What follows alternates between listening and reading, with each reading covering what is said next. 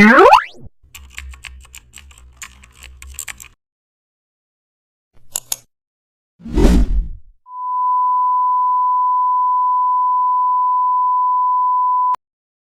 back to the channel. Don't forget to like, share and subscribe for more update. In this tutorial, we will refine an uneven path using the direct selection tool. Begin by selecting your object and zooming into the rough edges. Now activate the direct selection tool to display all anchor points.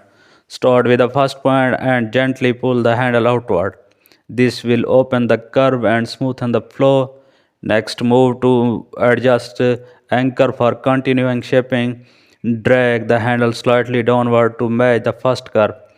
Continue this path across the top section. Once done, move along the side from vertical refinement.